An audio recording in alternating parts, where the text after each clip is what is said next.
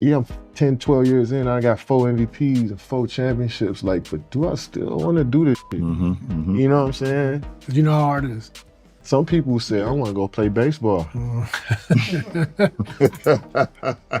Right? Yeah. And then I want to come back. Or some people say, I'm going to go 22 straight. Coward. Go ahead. So you want me to pay you $30 million to play 30 games? Hell no. No. 80 games is fine, because I did it, Jerry West did it, Kareem did it, Magic did it, Bird did it, Bernard King, like all the great legends before us did it. You play basketball 2.5 hours a day, 3 hours a day, right? That's your job. That's what you get paid to do as an NBA player. What are you doing the other 21 hours? I mean, to me, that's when you should be preparing for your next day. The NBA just witnessed something nobody expected, and it sent shockwaves through the league. Shaquille O'Neal made a statement so blunt and honest that it exposed modern basketball in real time. When the dust settled, LeBron James and Kevin Durant were left looking uncomfortable, caught in their own contradictions, and fans noticed. What made it hit even harder was the timing. While Shaq was calling out today's stars for not showing up and treating the game like a part-time job, LeBron and KD were sitting on a podcast, laughing at past legends, rewriting history, and brushing off the era that helped build their billion-dollar brands. The controversy started with a simple question about load management. Shaq didn't dodge it or soften his words. He said it straight. You want me to pay you $30 million to play 30 games? No chance. And the way he said it felt personal, like years of frustration finally coming out. Then Shaq started naming names, and that's when it got real. Jerry West playing through injuries that would sideline players for half a season today. Kareem Abdul-Jabbar grinding through brutal years with training and equipment that look ancient now. Magic Johnson and Larry Bird giving everything every night while making less than today's role players. These guys didn't just play the game. They built it. Shaq made it clear everyone is getting paid now, and there are no excuses. When he was asked if the NBA season has too many games, his answer was short and final. No. If we had to play all of them, they should too. The message was brutal but clear. Stop complaining about making generational money to play a game a few nights a week. The old generation took real punishment. Rough travel, basic medical care, long flights, uncomfortable seats. They played through injuries that would shut players down today. Their salaries wouldn't even cover a modern player's monthly car payment. And yet, it didn't complain. They didn't sit out healthy games. Showing up was the job. The moment Shaq said that out loud, the modern NBA pushed back hard. Draymond Green fired back immediately, defending the culture of sitting out while healthy.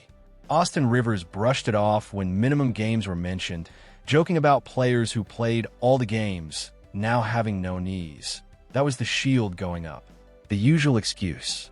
Millionaires hiding behind injury fears to justify skipping games, while fans spend their savings just to buy tickets.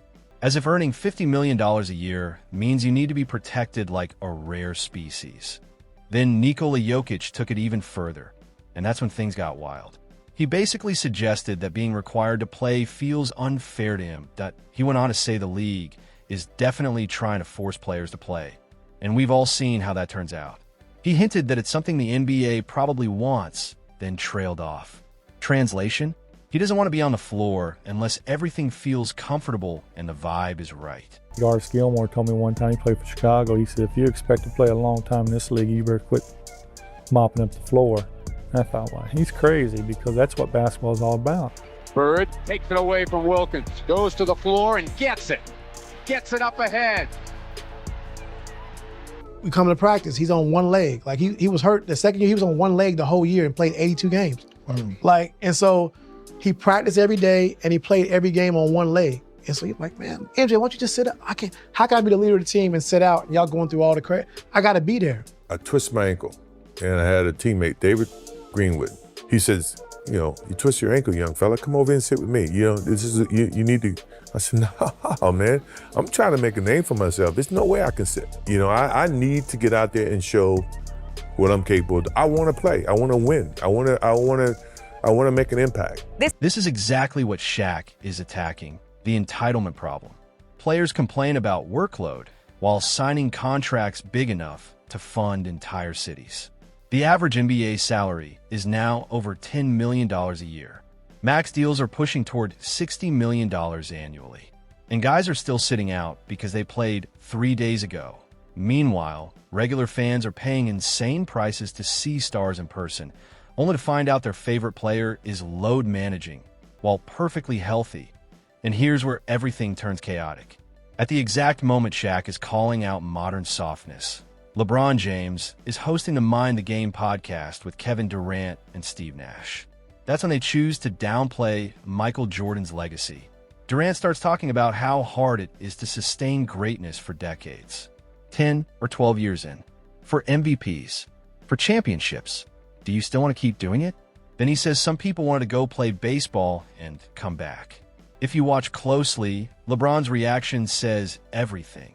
The smirk, the quick laugh, the shared look. They aren't subtle. They're clearly contrasting Jordan stepping away with LeBron's uninterrupted run, pushing the idea that longevity matters more than peak dominance. Then LeBron delivers the line that exposes the mindset behind it all. It's just basketball at the end of the day. Just basketball. Let that sink in. This is the same game that lifted him from Akron to global fame, power, and generational wealth. Basketball gave him everything, yet he reduces it to just a game. Michael Jordan never talked like that. When Jordan was asked about his approach, he said he played 110% every time. For him, basketball wasn't a paycheck, a brand, or a platform.